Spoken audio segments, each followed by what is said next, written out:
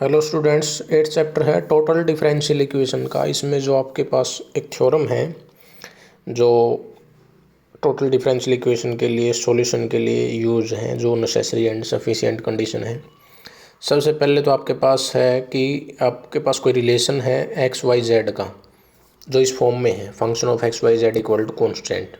ठीक है, अब इसको आप डिफरेंशिएट करेंगे तो आप पार्शियल डेरिवेटिव करना है, ना कि टोटल डेरिवेटिव। तो ध्यान रखेंगे पहले एक्स के रिस्पेक्ट में होगा एफ़ का, फिर डी एक्स प्लस एफ़ का वाई में डी वाई, एफ़ का जेड में डी जेड।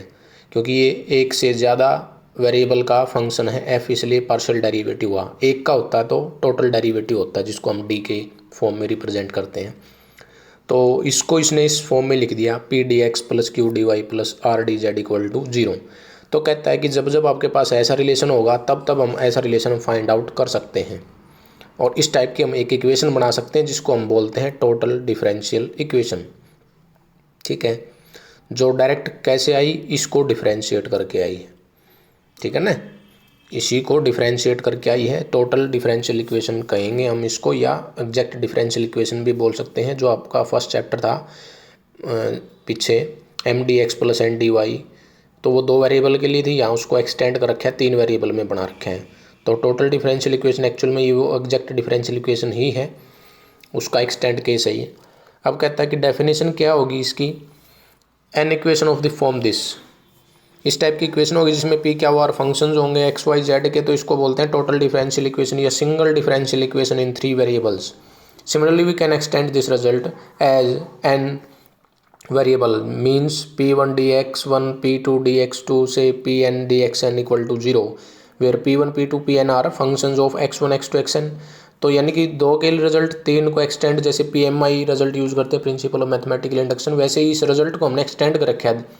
पहले तो m d x plus n d y थी, फिर m d x plus n d y की बजाय ये 3 वेरिएबल में p D x plus Q D Y plus R D z बनी, एन वेरिएबल में एक्सटेंड करके ये बना दी।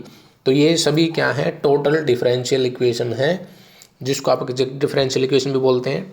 अब कहता है कि इसको प्रूव करना है कि to prove the necessary and sufficient condition for the integrability of total differential equation this is, कि आपके पास P D x plus Q D Y plus R D Z जो इक्वेशन है, उसकी जो नेसेसरी एंड सफिशिएंट कंडीशन निकालनी है वो क्या होगी, वो कंडीशन ये होगी। इंटीग्रेबिलिटी का मीनिंग इंटीग्रेशन हो सकता है, मीन्स सॉल्यूशन निकाल सकते हैं उस इक्वेशन का जो p D x plus Q D Y plus R D z equal to 0 थी। तो necessary and sufficient condition, necessary condition में क्या होगा, हम ये मान के चलेंगे कि ये जो इक्वेशन है टोटल डिफरेंशियल इक्वेशन, वो ये है आपके पास। ठीक है, टोटल डिफरेंशियल इक्वेशन है इक्वेशन 1। अब और क्या मेरे पास है, ये इंटीग्रेबल है, मीन्स इसका सॉल्यूशन एग्जिस्ट कर रहा है। तो इसका सॉल्यूशन हमने क्या मान लिया, फाई मान लिया, जो किसी के कांस्टेंट के इक्वल हो सकता है। एक चीज़ जो मेन है, जो टारगेट है, क्या है कि आपके पास ये function of x y z है। क्या है, ये function of x y z. ठीक है, अब क्या किया है, सुनना ध्यान से, मैंने मान रखा है कि ये इक्वेशन जो है टोटल डिफरेंशियल इक्वेशन है, ये इसका मैंने सॉल्यूशन मानना है, जिसको आप इंटीग्रल भी बोलते हैं। प्रूव ये करना है कि जो पी क्यू आर है वो इस कंडीशन को सेटिस्फाई करेंगे। ठीक, पी क्यू आर इसको क्या करेंगे, सेटिस्फाई, वो टारगेट है आपका प्रूव करना। अब वो देखो कैसे प्रूव कराया है। अब डी फाई क्या आएगा, डी फाई यही आएगा, क्योंकि हमने क्या किया है, फाई को सॉल्यूशन मानना है p D x plus Q D Y plus R D z का। तो इसका डायरेक्ट डेरिवेटिव करने से वो इक्वेशन बन जाएगी p D x plus Q D Y plus R D z. तो वही तो लिखा है, therefore d phi equal to p D x plus Q D Y plus R D z. फिर हम डी फाई को ऐसे भी लिखते हैं by rule of partial derivative. तो ये दोनों डी फाई की वैल्यू हैं, तो दोनों अगर सेम है तो इनके कोफिशिएंट का जो रेशो होगा वो भी सेम आएगा। डी एक्स का कोफिशिएंट का रेशो निकाला है उसने, डी वाई के कोफिशिएंट का रेशो निकाला है, डी जेड के कोफिशिएंट का रेशो निकाला है, इक्वल टू जो लैम्डा माना है, जो लैम्डा है वो फंक्शन है एक्स वाई जेड का। ये लिखना बहुत ज़रूरी है, where lambda is function of x y z. फिर हमने क्या किया, ये रेशो निकाल ली, इनकी वैल्यू निकाल ली ना। ठीक है, एक केस निकालूंगा, दूसरा तीसरा सिमिलर होगा। क्या होगा वो फर्स्ट केस, क्या है कि ये जो सेकंड ऑर्डर डेरिवेटिव है, कहता है कि दोनों सेम होंगे। क्या फाई का वाई एक्स में निकालूं या फाई का एक्स वाई में, क्या होंगे, सेम होंगे। ठीक है, तो ये दोनों सेम होंगे, तो हमने क्या कर दिया, इसको थोड़ा सा सिंप्लीफाई करके लिख दिया, ये बने। ये सेकंड वाला स्टेप कि हम इसको ऐसे लिखेंगे। अब इसमें फाई का एक्स में पार्शियल डेरिवेटिव की वैल्यू यूज़ कर दी लैम्डा पी, उसमें लैम्डा क्यू यूज़ कर दिया, फिर इसको डिफ्रेंशिएट किया है। जब डिफ्रेंशिएट करेंगे तो ध्यान रखेंगे लैम्डा का भी डेरिवेटिव हो, क्योंकि लैम्डा जो है function of x y z है। फर्स्ट सेम सेकंड का डेरिवेटिव प्लस सेकंड, ये अरेंजमेंट कर दी हमने। यहाँ तक इक्वेशन नंबर 3 आ गई। ये मैंने ऐसे किया है जब फाई का मैंने पार्शियल डेरिवेटिव एक्स वाई या वाई एक्स में सेम माना है ये। Similarly we can prove fourth and fifth, same concept क्या रहेगा। वहाँ मैंने पी क्यू के लिए लिया था, यहाँ क्यू और आर के लिए लूँगा, और यहाँ आर और पी के लिए। तो ये 3 4 5 जो आई, 3 को पी से मल्टीप्लाई, 3 को आर से मल्टीप्लाई, फिर इसको पी से मल्टीप्लाई, इसको आर से, इसको पी से, इसको क्यू से मल्टीप्लाई करके जोड़ दो। ये पता है, ध्यान भी रह जाएगा, क्योंकि जो कंडीशन थी वहाँ से पता भी चल जाएगा कि इसके साथ आर आना चाहिए, आर आएगा। तो अब मैं क्या करना चाह रहा हूँ कि जब ये आर पी जेड से मल्टीप्लाई होगा तो राइट साइड वाले कट जाएंगे, तो राइट साइड में क्या बचेगा, 0। ठीक है। अब जो लेफ्ट में लैम्डा था कॉमन आ जाएगा, वो लैम्डा हट जाएगा क्योंकि राइट साइड 0 है, क्योंकि लैम्डा जो था वो ऐसा फंक्शन है जो नॉन जीरो फंक्शन है, जिसकी वैल्यू 0 नहीं हो सकती। तो ये बचा है, और यही हमने कंडीशन निकालनी थी, बस यही प्रूव करनी थी, यही टारगेट था, जिसको हम शॉर्ट फॉर्म में डिटरमिनेंट से याद करते हैं। जो मैं बार बार कहता हूँ कि ये कंडीशन, ये एक ही मीनिंग है जो डिटरमिनेंट फॉर्म में लिखी हुई है। तो ये तो क्या है, which is the necessary condition for integrability of equation 1। अब आ जाओ सफिशिएंट कंडीशन पे, उसको थोड़ा सा ध्यान से सुनना, वो थोड़ा सा टिपिकल हो सकता है, ना समझ में आए तो एक दो बार पढ़ोगे तो समझ में आ जाएगा।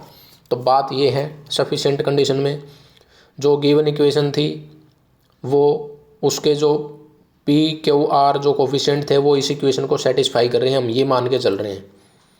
क्योंकि सफिशिएंट कंडीशन में हम ये मान के चल रहे हैं कि पी क्यू आर इसको सेटिस्फाई करेंगे। हमारा टारगेट क्या है कि उसका हमने सॉल्यूशन ढूंढना है। Means p D x plus Q D Y plus R D z क्या है, इंटीग्रेबल है, मींस उसका सॉल्यूशन एग्जिस्ट करेगा। मींस एक एक्स वाई जेड का ऐसा फंक्शन आएगा जो किसी कॉन्स्टेंट या 0 के इक्वल बनेगा। सबसे लास्ट में हमारे पास वो टारगेट है। अभी देखो सुनो, वी एज्यूम दैट रिलेशन 6, जो ये रिलेशन 6 है, जो इस इक्वेशन के कोफिशिएंट है वो इसको सेटिस्फाई कर रहे हैं, ये हम एज्यूम करके चल रहे हैं। Similar relation hold for lambda p lambda q lambda r. ये भी प्रूव कर सकते हैं कि lambda p lambda q lambda r जो इस इक्वेशन के क्या होंगे, कोफिशिएंट होंगे, वो भी इसको क्या करेंगे, सेटिस्फाई करेंगे। एक वीडियो सेंड करूँगा, उसमें आप चेक कर लेना कि इसके अंदर लैम्डा पी को वो P1 P2 P1 क्या 1 R1 वगैरह मान के चलता है, लेकिन ये प्रूव करने की वैसी ज़रूरत नहीं है। ये इजीली हम कर सकते हैं प्रूव इसको कि लैम्डा पी यानी कि पी की जगह लैम्डा पी, क्यू की जगह लैम्डा क्यू, आर की जगह लैम्डा आर पुट करेंगे तो वो भी इस इक्वेशन को क्या करेगा, सेटिस्फाई करेगा, इक्वेशन 6 के जो रिलेशन है। अब क्या है कि ऐसा केस बनेगा कि जो ये इक्वेशन होगी ना p D x plus Q D y equal to 0, ये एग्जैक्ट डिफरेंशियल इक्वेशन बनेगी। क्यों? क्योंकि ये लैम्डा से मल्टीप्लाई करने के बाद वो इसको सेटिस्फाई कर रहे हैं। सेटिस्फाई करना मीनिंग एग्जैक्टनेस को प्रूव कर रहे हैं। मीन्स ये क्या बनेगी, एग्जैक्ट बनेगी। एग्जैक्ट बनने का मीनिंग ही क्या होता है कि वो किसी फंक्शन का टोटल डेरिवेटिव के इक्वल बनेगी। ठीक है, लैम्डा से क्योंकि मल्टीप्लाई किया, लैम्डा एक तरह से इसका इंटीग्रेटिंग फैक्टर का काम करेगा। लैम्डा इसका इक्वेशन का इंटीग्रेटिंग का फैक्टर का काम करेगा एक टाइप से। ये वही तो कंडीशन है इंटीग्रेटिंग फैक्टर वाली ही, जिसमें हम curl m by curl y equal to curl n by curl x दिखाते हैं ना, ये वही कंडीशन है यहाँ। ठीक है, ये 3 के लिए है, वो 2 के लिए थी। अब मैं ये कह रहा हूँ, इसको ध्यान रखेंगे कि अगर लैम्डा से मल्टीप्लाई करने के बाद भी वो इक्वेशन नंबर 6 सेटिस्फाई हो रही है, इसका मीनिंग लैम्डा इंटीग्रेटिंग फैक्टर है। इंटीग्रेटिंग फैक्टर होने से वो इक्वेशन एग्जैक्ट बनेगी। एग्जैक्ट बनेगी तो इसमें हमारे पास केस क्या है कि ये इक्वेशन जो बनेगी वो एग्जैक्ट होगी, p D x plus Q D y equal to 0 sure है। अगर नहीं होगी तो किसी एक्स वाई के फंक्शन से मल्टीप्लाई करके हम इसको बना सकते हैं, जिसको हम इंटीग्रेटिंग फैक्टर बोलते हैं। उस केस में क्या होगा, curly p by curly y equal to curly q by curly x होगा, क्योंकि p D x plus Q D y है, जैसे m d x plus n d y थी। अब अगर ये ऐसा है तो ये p D x plus Q D y किसी एक्स वाई के फंक्शन का टोटल डेरिवेटिव के इक्वल होगा, और उस फंक्शन को वो कंसिडर कर रहा है यू, जिसको आप ऐसे भी बोल सकते हैं कि इंटीग्रेशन करने के बाद इस डी यू को क्या लिखेंगे, curly u by curly x d x, right side वाले को plus curly u by curly y d y. Coefficient compare कर दो डी एक्स डी वाई के तो आपको ये मिल जाएंगे। ठीक है। फिर मैंने पी का जेड में डेरिवेटिव किया है, क्यू का जेड में किया है, क्योंकि ये मैं यूज़ करूँगा, पुट करूँगा इक्वेशन 6 के लिए, इसलिए मैंने रिक्वायरमेंट जो थी वो कर रखे हैं। उधर से आप देख सकते हैं पी का मैंने जेड में करना पड़ेगा, पी का जेड में करना पड़ेगा, और ऐसे ही क्यू का भी जेड में कहीं ना कहीं यूज़ होगा, ये रहा फर्स्ट में। तो इसलिए पी का जेड में, क्यू का जेड में, ये इसने फाइंड आउट कर लिए कि पी का जेड में ये बना है, क्यू का जेड में ये आया है, और कर ली पी बाई कर ली वाई इक्वल टू कर ली क्यू बाई कर ली एक्स, ये तो करने की जरूरत भी नहीं थी वैसे। ठीक है, ये वैल्यूज इसके अंदर पुट कर दो आप। पुट करेंगे तो देखो क्या आया, पी की जगह क्या आया, कर ली यू बाई कर ली एक्स, जेड के रिस्पेक्ट में याद आ, आर का वाई में, ये बाकी सेम रख दिए। अब मैं कहाँ तक पहुँचा हूँ, मैं यहाँ तक आ गया। इसको मैं डिटरमिनेंट फॉर्म में ये लिख सकता हूँ। अब ये डिटरमिनेंट जीरो है, जब डिटरमिनेंट जीरो आता है तो इसका मीनिंग वो फंक्शन जो होते हैं वो इंडिपेंडेंट होते हैं। तो कहता है कि this relation, this shows that the relation independent of x y exist, कि एक्स वाई जो इंडिपेंडेंट थे उनके अकॉर्डिंग ये रिलेशन होल्ड कराया है बिटवीन किसके बीच में, यू और इसमें। तो अगर ये इनके बीच में अगर ये रिलेशन होल्ड कराया है तो ये फंक्शन एक्चुअल में होंगे किसके, कैपिटल यू किसका फंक्शन था, एक्स वाई जेड का था एक्चुअल में। तो अब ये जो यू और ये हैं ये दोनों क्या होंगे, जेड और यू के फंक्शन होंगे, क्योंकि जेड और यू के कैसे होंगे, आर किसका था, एक्स वाई जेड का था, ठीक। यू किसका है, ये भी एक्स वाई जेड का, लेकिन इसका पार्शियल डेरिवेटिव करूँगा तो आप खुद सोचो कि ये टोटल डिपेंड जेड और यू पे करेंगे, तो इसलिए फंक्शन ऑफ जेड यू होंगे, जिसको हमने कंसिडर कर लिया कि ये फंक्शन ऑफ जेड यू है। अब ये वैल्यू पुट कर दो इसमें, p D x plus Q D Y plus R D z इसके अंदर, क्योंकि इसका हमारा टारगेट ये था कि इसी का सोल्यूशन निकाल रहे थे। वैल्यू कैसे पुट की, p D x plus Q D y को सेम रखा, आर डी जेड में आर के अंदर ये जोड़ और घटा दिया, फिर इसको अलग अलग मल्टीप्लाई किया है, ये बना है, ठीक है। यही बना है ना आपके पास केस, ठीक है। पी की वैल्यू रख दी, क्यू की वैल्यू रख दी, ये है आपके पास, इसको शॉर्ट फॉर्म में हम क्या बोलते हैं, डी यू, डी यू। अब ये क्या आ गया हमारे पास, केस यही तो आया कि क्या बनाया हमारे पास यहाँ, क्या केस बना यहाँ, केस यही बना है कि अगर फॉर्म दिस, ये जीरो थी तो इसको इक्वल टू जीरो रख दिया, मीन्स ये इसका सॉल्यूशन ही तो बन गया, और ये हमारी कंडीशन थी। एक दूसरी ये है, ध्यान रखा, कंडीशन ऑफ एग्जैक्टनेस में क्या है हमारे पास कि ये इक्वेशन थी, इसकी कंडीशन ऑफ एग्जैक्टनेस क्या बनेगी, एग्जैक्टनेस की कंडीशन क्या होगी, एग्जैक्टनेस की ये कंडीशन है जो आपके पास वो डिटरमिनेंट था, जो आपके पास इंटीग्रेबिलिटी की कंडीशन थी, उसी में से निकाल रखी है, ठीक है। अब इंटीग्रेबिलिटी की कंडीशन क्या थी, वो ये थी। अब इसमें ये थे, ये भी जीरो हो जाए, ये भी जीरो हो जाए, ये भी जीरो, ये जीरो होने का मीनिंग दोनों इक्वल हो जाएंगे, ये कहने का मीनिंग ये हो जाएगा आपके पास ये केस, अगर ये जीरो हो गए तो ये दोनों इक्वल हो जाएंगे, वो आपके पास केस ये आ जाएगा, ये दोनों इक्वल जीरो हो जाएंगे तो ये इक्वल आ जाएगा, मीन्स ये आपस में इक्वल हो, ये इक्वल हो और ये इक्वल हो, तो वो कंडीशन किसकी है, एग्जैक्टनेस की, जिसको आप इंटीग्रेबिलिटी वाला मीन्स इसी से ही लेके आ रहे हैं।